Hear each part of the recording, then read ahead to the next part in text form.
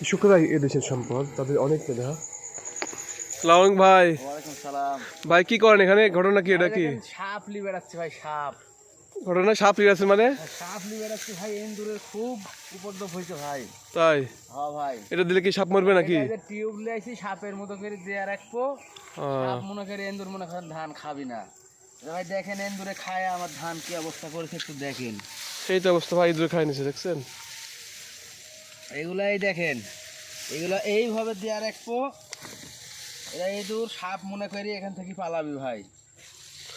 তো কৃষক ভাইরা দেখছেন, এক ভাই তার ধানের জমিতে ইঁদুর তাড়ানোর জন্য সে বুদ্ধি নিয়েছেন, কঠিন একটা বুদ্ধি।